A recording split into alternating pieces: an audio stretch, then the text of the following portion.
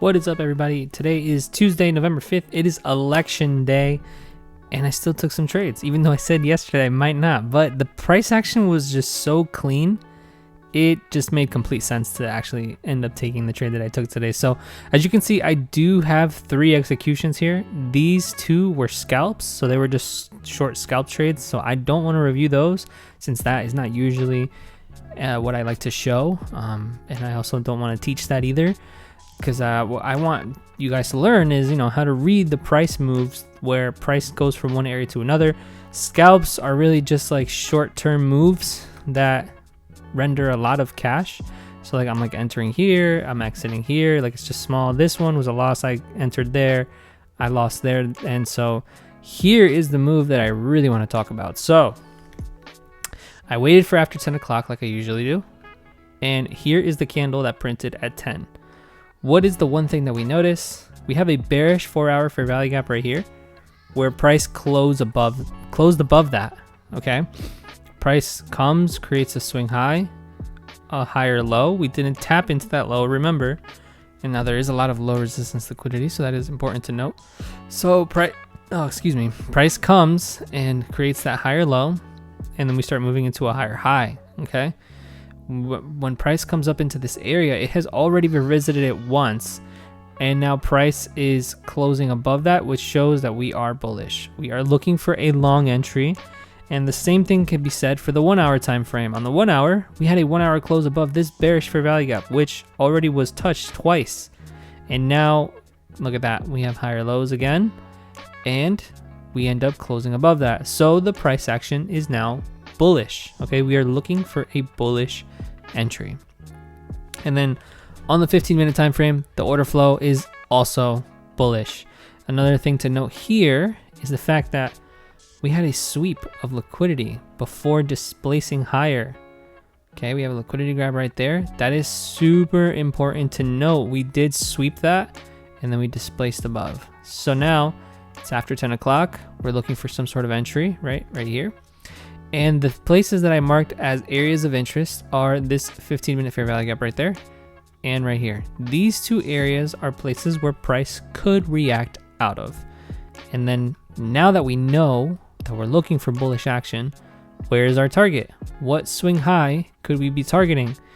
Obviously not this one, all right? Because now we are very bullish here.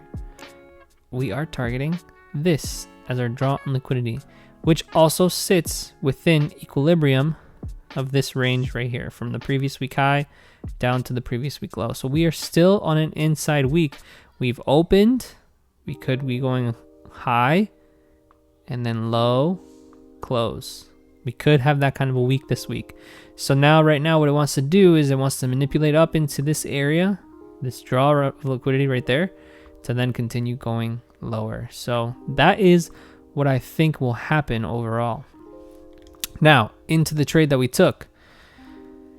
Ignore those other executions because those are scalp trades. Now here, what do we end up getting? Q1, we kind of just accumulate in this area. We ranged, right? We didn't really move in one direction or the other. We opened up here. We closed right here. All right, very small range of movement. Price just moves up and down. Now here, we get a move lower into that 15-minute fair value gap, and also taking out the low of Q1. All right, so that is very important right there. All right, we take out that low, and then what does price end up doing? We have a 1-minute bearish fair value gap created in that manipulation drop. Then price then displaces above it. I market order in on the next candle. I was a little late to it. Now, I decided to take my gain here at this 1-minute fair value gap. Ended up being a 1-to-1 risk to reward. Why? Well, it's election Tuesday. I've never traded on an election day, so I don't really know what to expect. And seeing this consolidation in this price action did not make me feel that much more comfortable with holding on, trying to hit that new high of day, which was my target. Really was a 1-to-2. But I'm glad to see that overall, it worked. We still got that 1-to-2, and now price is moving on higher into that drawn liquidity. So I think we are going to hit that 417 level. Overall, just beautiful price action. It was great. Really, if you were bullish too from the very beginning, Here's another entry in Q3, right? We always take entries in Q3. We wait the first 15 minutes just to see what price does. Price holds this 1 minute bullish fair value gap, invalidates this bearish fair value gap. You can enter in right here, put the stop below the low. You'd still be in this trade, but overall, you have an entry all the way down here. Okay, let's take a look at what that risk to reward would have been too. Could have put it right there too if you wanted.